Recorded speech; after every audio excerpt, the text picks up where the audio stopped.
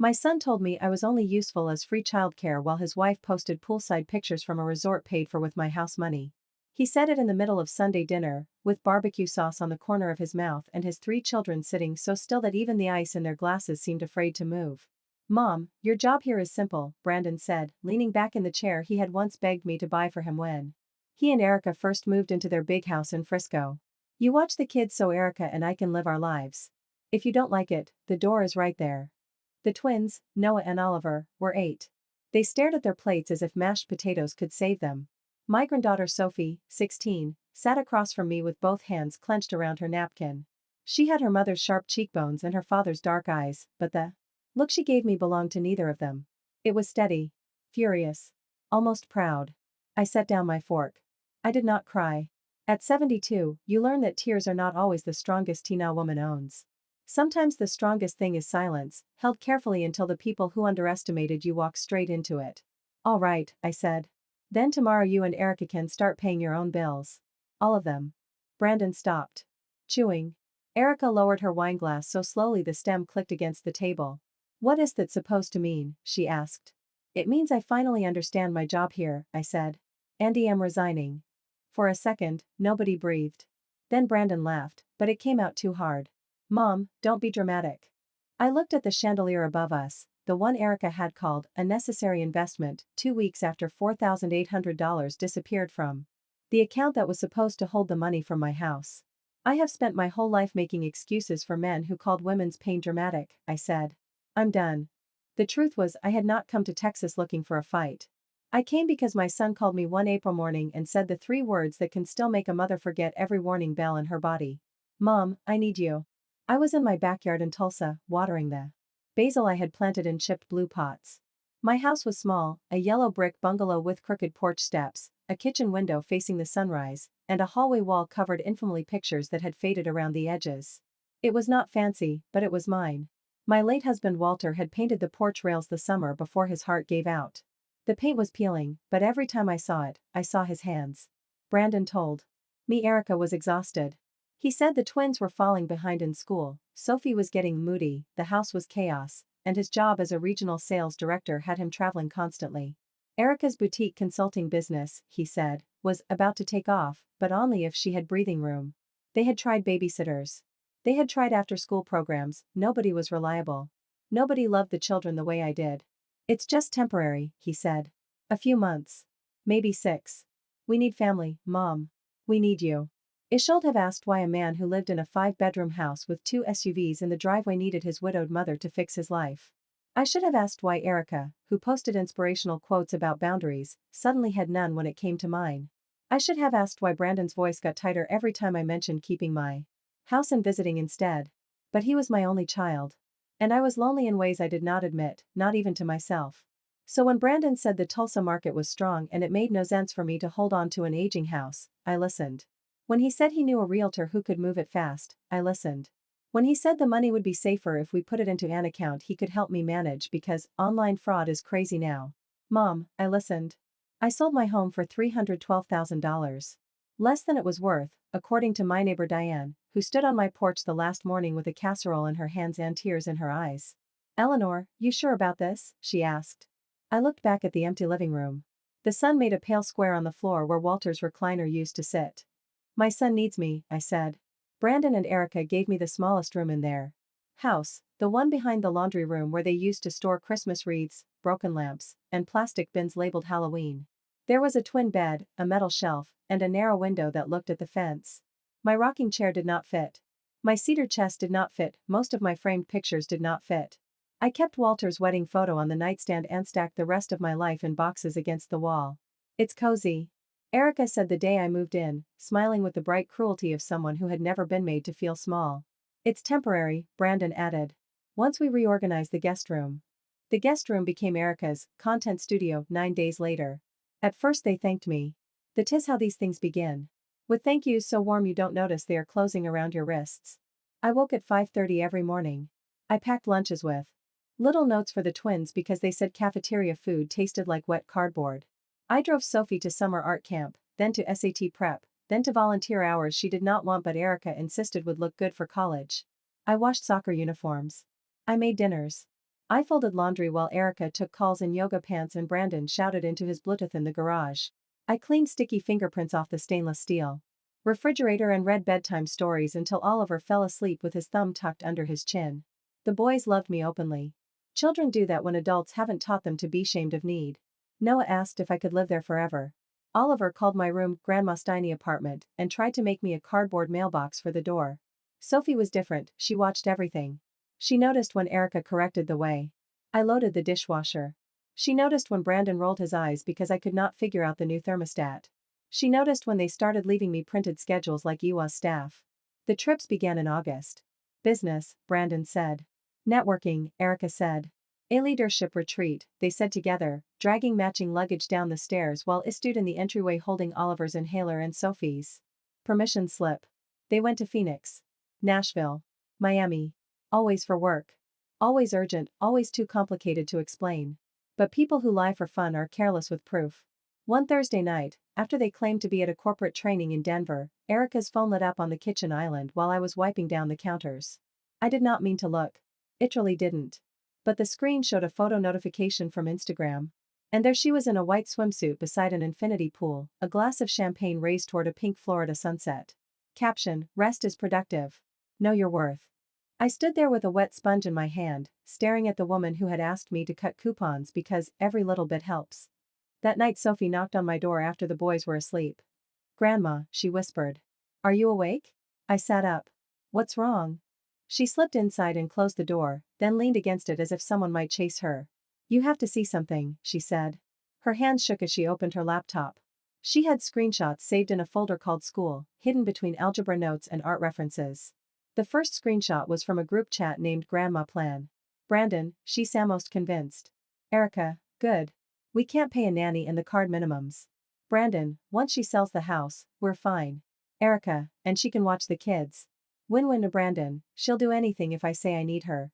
My eyes moved over the words, but my body seemed to stay behind, still sitting at Sunday dinners years ago when Brandon was 6 and asked me to cut the crust off his sandwiches. Sophie clicked another image. Erica, did she ask about the account? Brandon, no. She trusts me. Erica, perfect. Move. Enough to cover Amex before the 15th. Brandon, what about the power of attorney? Erica, we get her to sign before she gets suspicious. Tell her it's for medical emergencies. Brandon, she's my mom. She won't question it. I heard a sound in the room and realized it came from. Sophie started crying. Not loudly. Just the kind of silent crying that breaks your heart because it has had practice. I'm sorry, she said. I wanted to tell you sooner. I was scared you'd leave me here.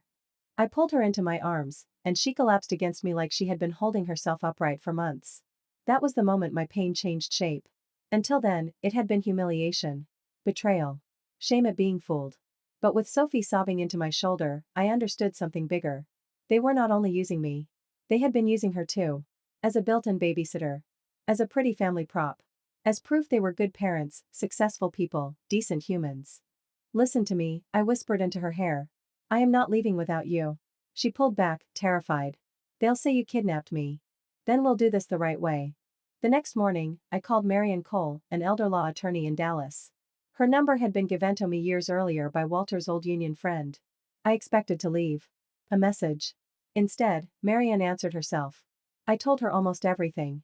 My voice stayed calm until I said the words, I sold my house. Then my throat closed. Marian was quiet for a long moment. Mrs. Hayes, she said, what you are describing may be financial exploitation of an elderly adult. It may also be fraud. But if you want to protect yourself and your granddaughter, you cannot let them know what you know until we have documents, dates, and proof. So I became the woman they believed I was. Soft. Useful, tired, too old to understand. I made pancakes. I washed Erica's silk blouses by hand because she said the machine ruined delicate things. I smiled when Brandon kissed the top of my head and called me our lifesaver in front of guests. I carried groceries inside while Erica filmed a video about not outsourcing your motherhood.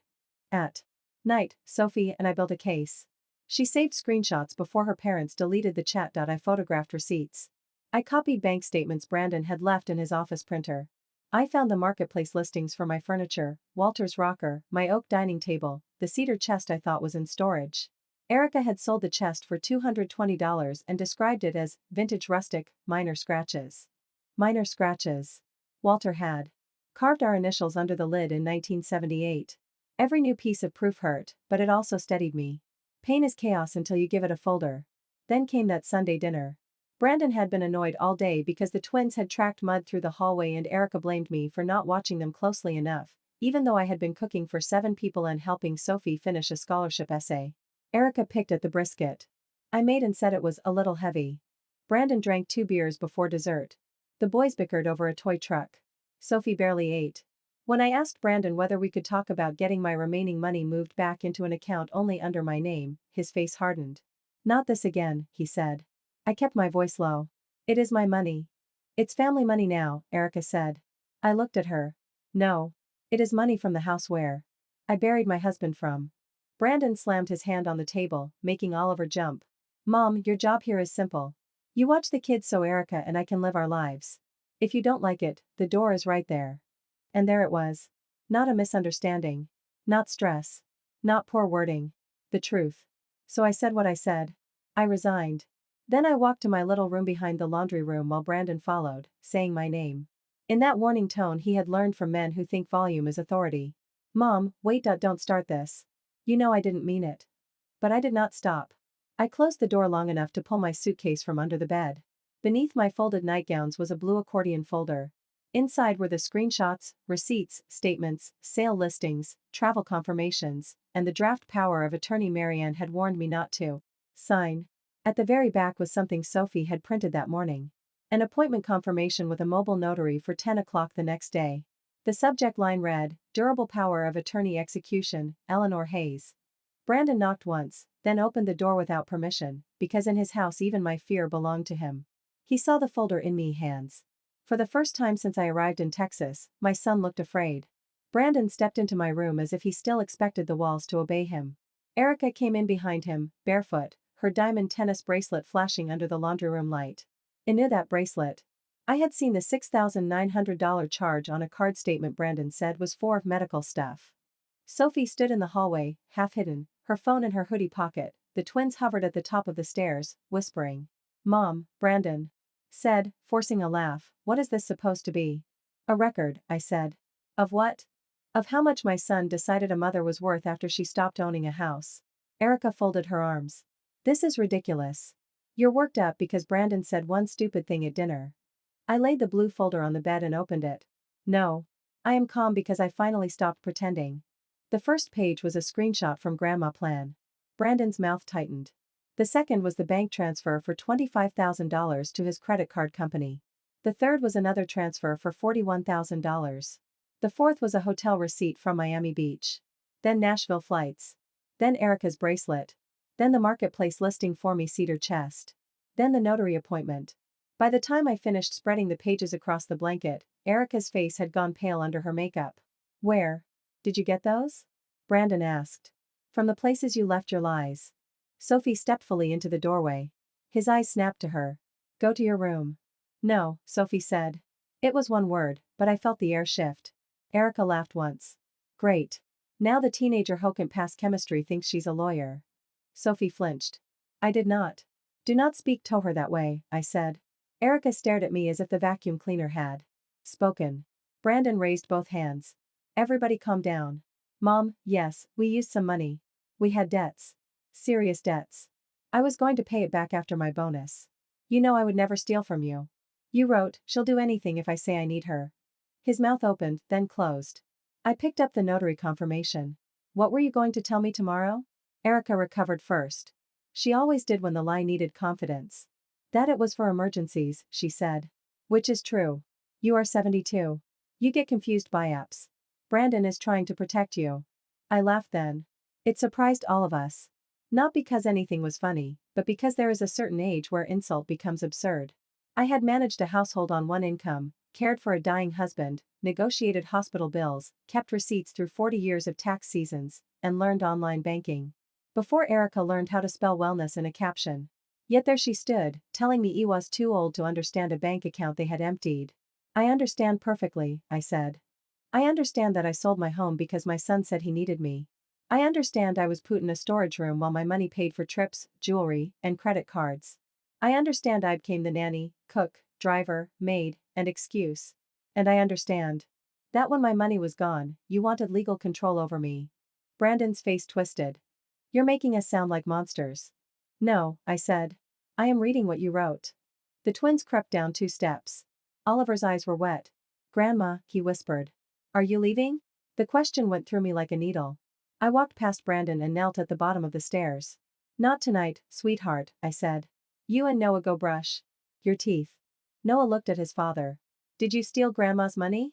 Brandon's expression changed in an instant. Shame became anger, and anger looked for the smallest target. Upstairs, he barked. Both boys ran. Look what you're doing, Brandon hissed at me. You are poisoning my kids against me. No, I said. You poisoned this house. I just opened a window. Erica snatched for one of the papers. Sophie moved faster and grabbed the folder. Don't touch it, Sophie said. Erica's hand froze. For the first time, my granddaughter did not lower her eyes. Brandon pointed at her.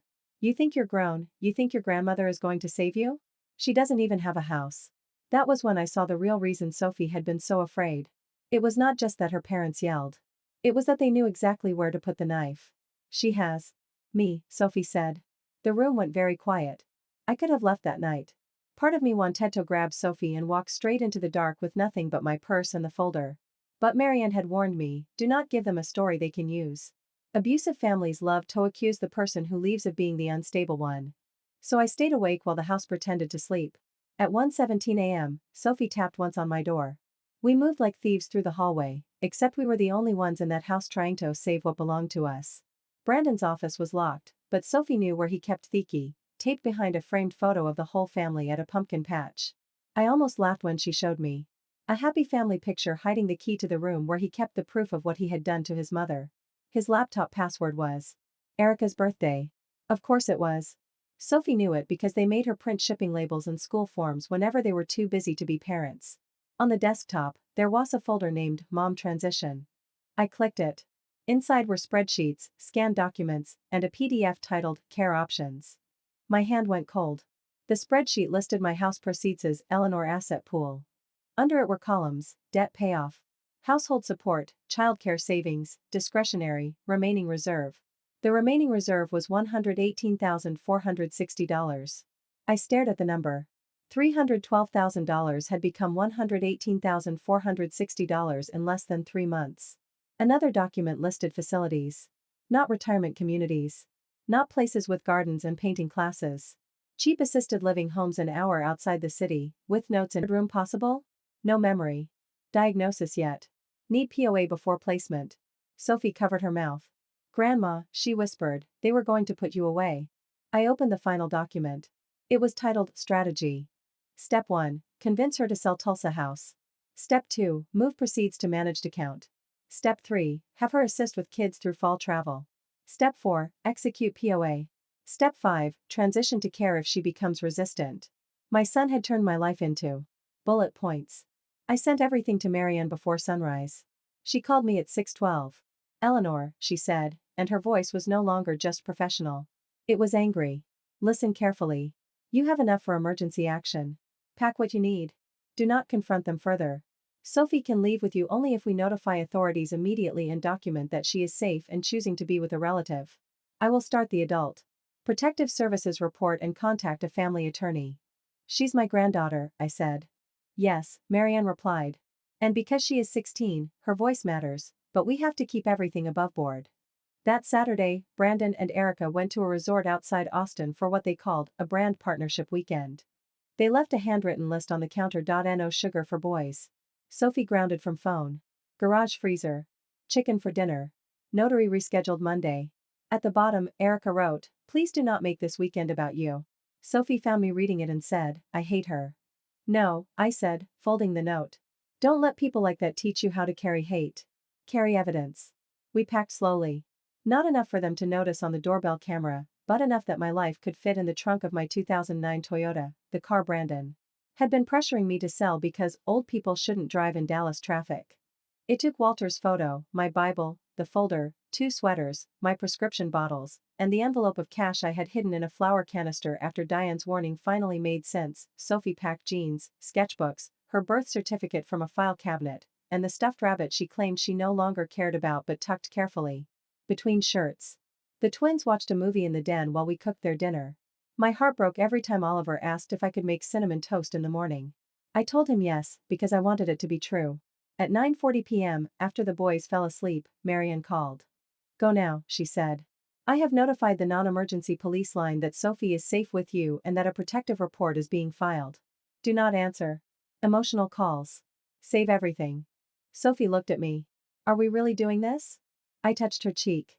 We are not running away. We are walking out.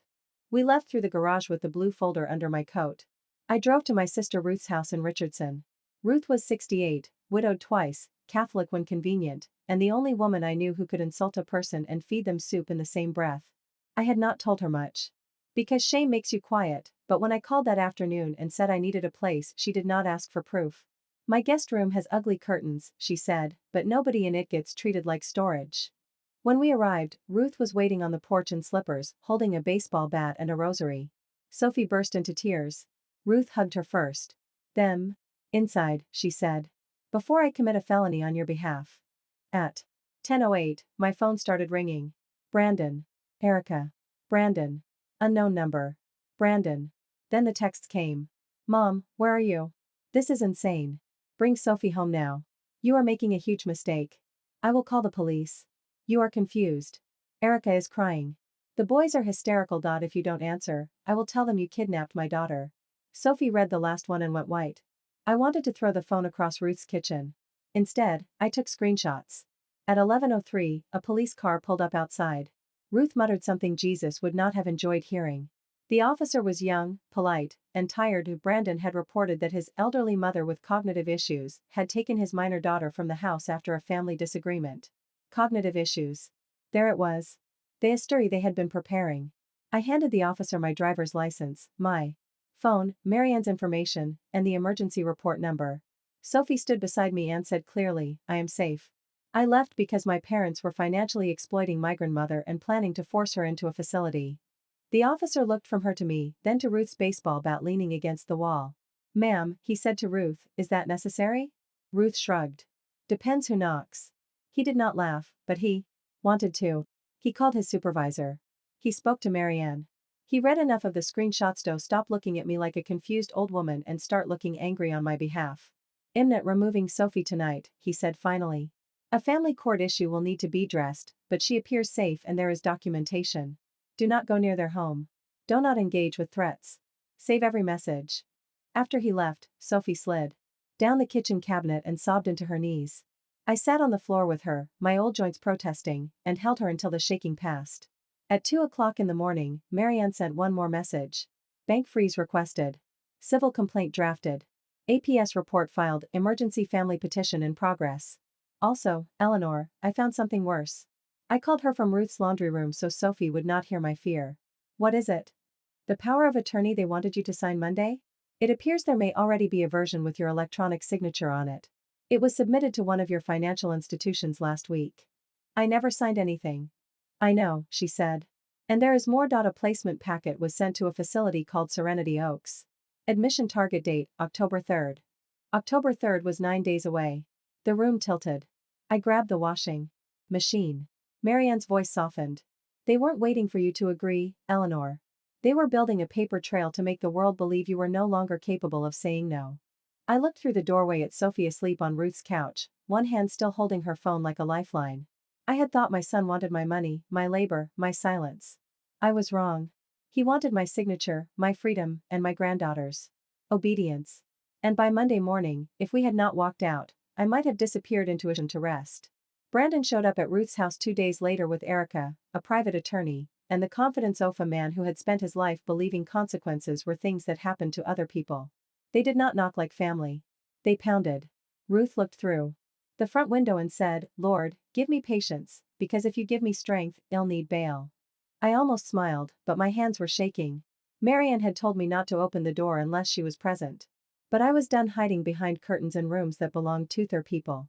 I stepped onto the porch with my phone recording from the pocket of my cardigan. Ruth stood just inside the screen door with her baseball bat resting against her shoulder like she was coaching Little League for the angry elderly who Brandon wore the navy blazer he used for LinkedIn photos. Erica had oversized sunglasses on her head and a face arranged into grief. Mom, Brandon said, spreading his hands. Enough that you've made your point. My point was not made, I said. It was filed.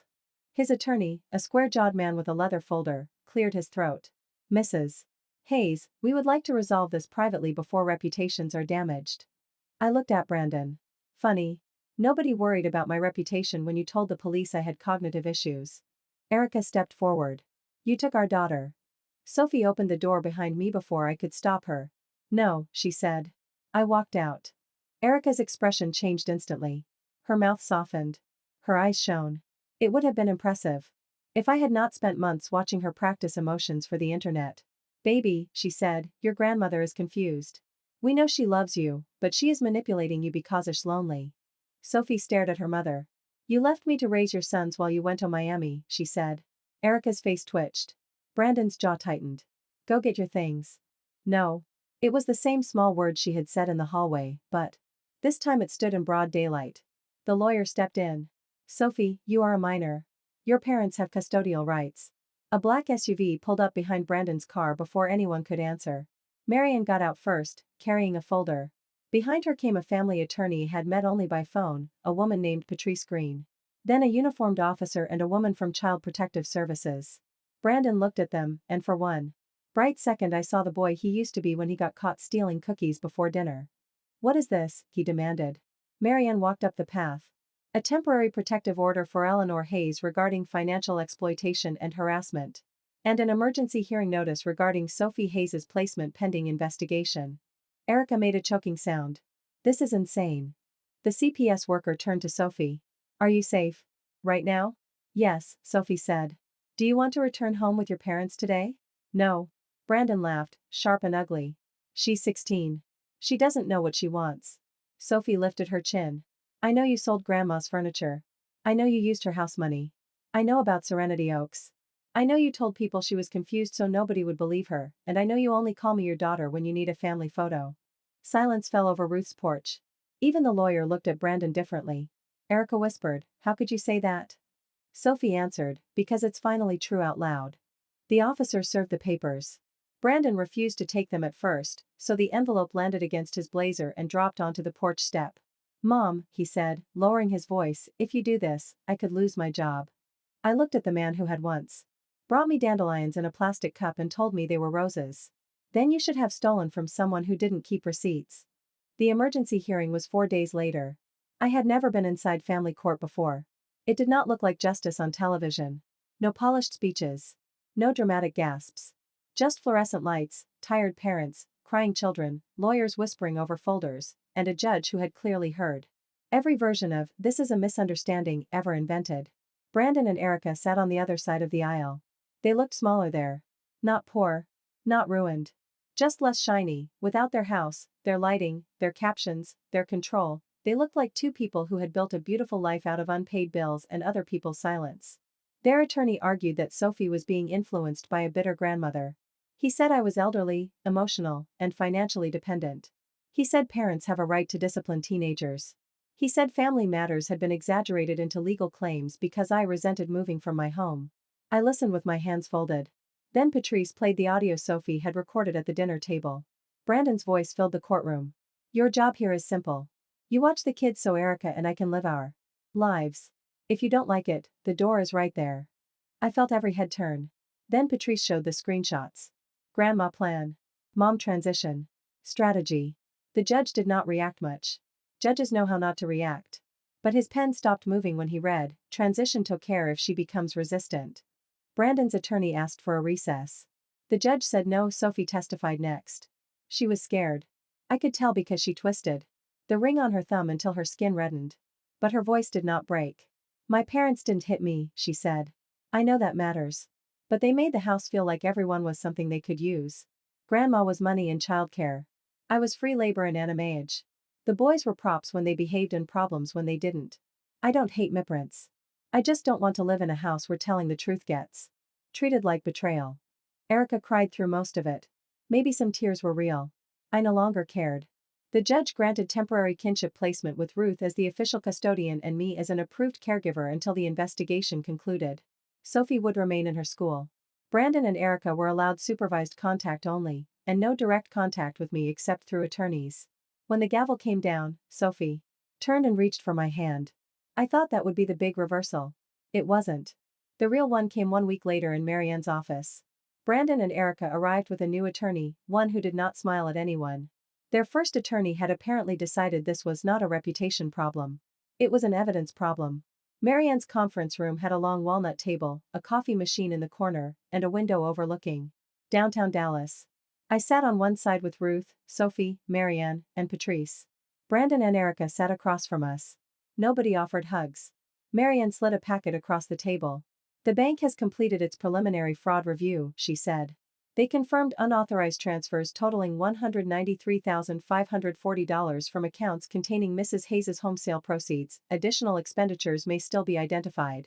We also have evidence of attempted use of a forged electronic signature on a durable power of attorney, and a placement application to Serenity Oaks submitted without Mrs. Hayes' consent. Brandon looked at the table. Erica whispered, "We never meant for it to go that far." Sophie made a sound under her breath. Not a laugh. Something harder. Marianne continued. The Dallas County District Attorney's Elder Financial Abuse Unit has been notified. Adult Protective Services is involved. Mrs. Hayes is prepared to pursue civil recovery, punitive damages, attorney fees, and referral for criminal prosecution. However, she has authorized him to discuss restitution and protective agreements. Brandon finally looked at me. His eyes were red. I wanted that to move me. It did, but not in the way he wanted. It made me mourn the mother I had been, the one who would have set herself on fire to keep him warm. "Mom," he said, "I made mistakes." "No," I said. "A mistake is forgetting to pay a bill. You made a plan." Erica pressed a tissue under her eyes. We were drowning the cards, the mortgage, the image we had to keep up for Brandon's clients. "You don't understand the pressure." I looked at her bracelet. She was not wearing it now. "You understand pressure," I said. "Pressure is choosing between medicine and groceries. Pressure is sleeping in a hospital chair for 11 nights because your husband is dying. Pressure is telling a child there isn't money for new shoes until next paycheck. What you had was appetite." Ruth muttered, "Amen." Marianne slid another document forward. "Here is the proposed agreement. Immediate repayment of $120,000 from liquid assets within 10 business days. Sale of the second SUV, with proceeds applied to restitution. A payment plan for the remaining amount secured by a lien on the Frisco property. Return or reimbursement for all personal property sold, including the cedar chest, rocker, and dining table. Permanent revocation of all alleged powers of attorney. No contact with Mrs. Hayes except through counsel. No disparagement to the minor children. Supervised contact with Sophie is ordered. Full cooperation with APS." Brandon's attorney scanned it and looked grim. "If they don't sign?" he asked. Marianne's voice stayed calm. "Then we file everything by close of business and push for criminal charges." Erica turned on Brandon. Not loudly. Not dramatically. Just enough for everyone to see the crack. "You said she would never fight," she hissed. There it was. Not, "I'm sorry." Not, "We hurt her." You said she would never fight. The room went still. Brandon closed his eyes. Sophie stared at her mother with the kind of disappointment that does not become anger until years later. Marianne leaned back. "Thank you, Mrs. Hayes Whitman. That was helpful." Erica realized too late what she had said. Brandon signed first. His hand shook. Before he finished, he looked at me. "Mom," he said, "I do love you." I believed him. That was the worst part. I believed my son loved me in the shallow, selfish way some people love a porch light. They love that it is always on. They love that it makes them feel safe when they come home late. They never wonder what it costs to keep burning. "I know," I said. "But love that only works when I am useful is not love I can live under." He flinched, then he signed. Erica signed after him, pressing so hard the pen tore the paper. The money did not fix everything. Money never does. But when the first $120,000 landed in an account under only my name, I sat in Marianne's office bathroom and cried so hard my knees hurt. I was not crying because I was rich. I was not. I was crying because the number proved I had not imagined the theft. I had not imagined the disrespect. I had not imagined becoming invisible in a house full of people who called me family. By November, I rented a 2-bedroom apartment in a quiet complex near a library and a grocery store. It was not my Tulsa bungalow. The walls were beige. The balcony was narrow. The kitchen cabinet stuck when it rained. But the lease had my name on it, the key was in my purse, and nobody could tell me the door was right there unless I invited them inside. Sophie helped me choose a sofa from a thrift store. Ruth said it looked like something a divorced dentist would own, but she helped carry the cushions. Anyway, I bought basil, mint, and rosemary for the balcony. The first morning I watered them, the Texas sun came over the parking lot and touched the leaves with gold, and for a moment I smelled my old backyard in Tulsa. Sophie moved in with me after the court modified the temporary arrangement.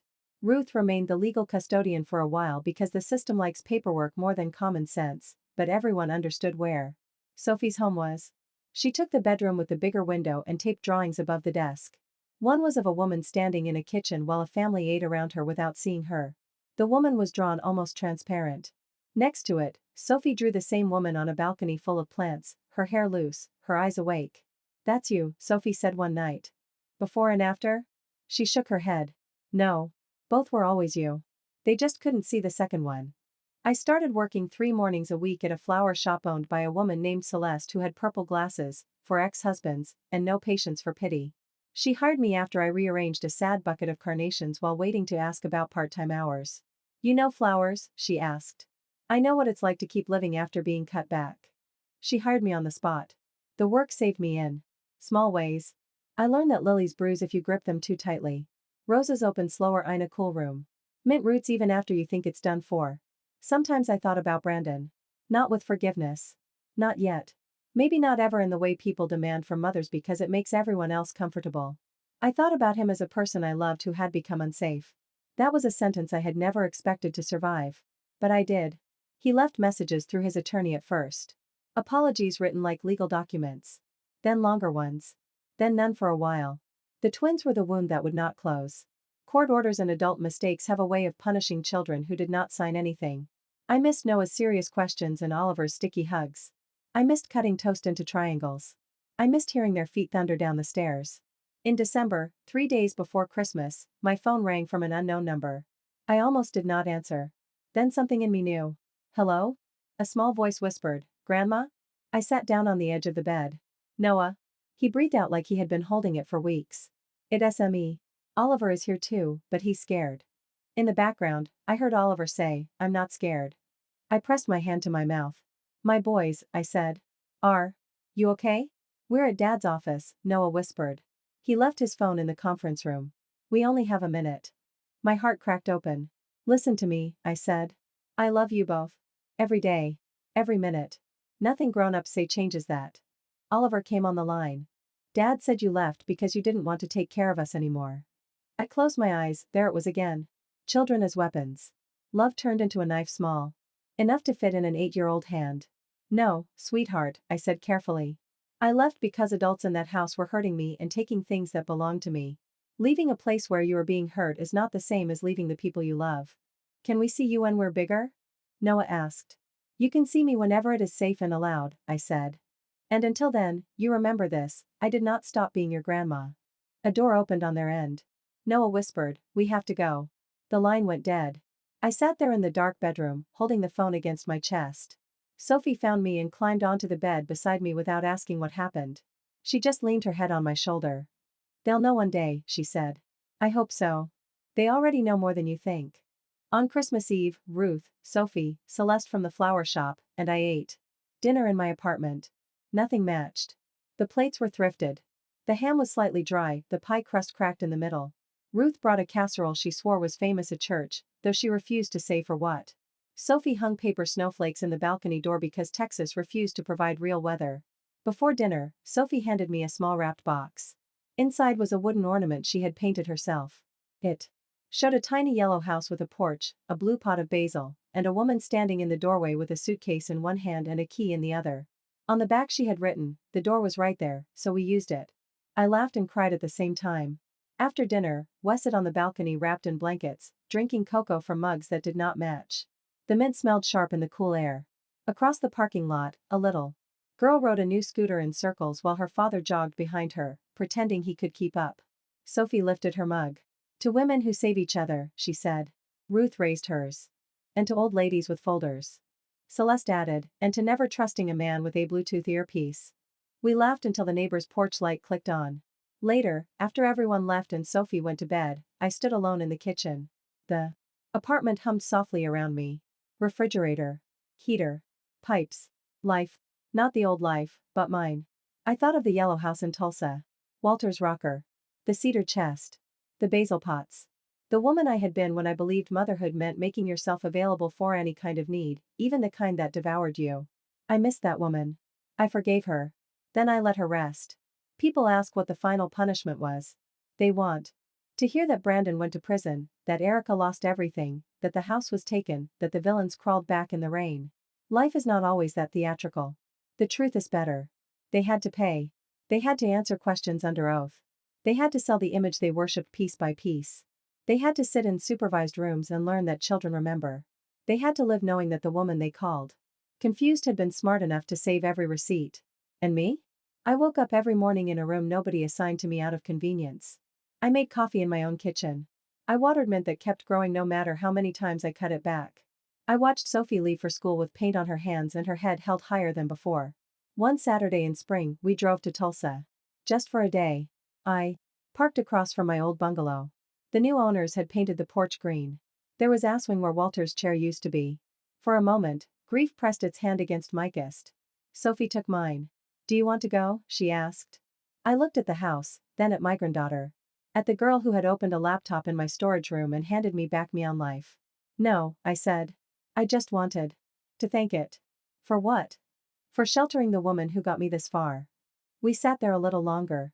Then I drove back to Dallas, toward the apartment with the sticky cabinets, the balcony herbs, the thrift store sofa, and the girl asleep in the passenger seat who no longer believed love had to hurt to be real.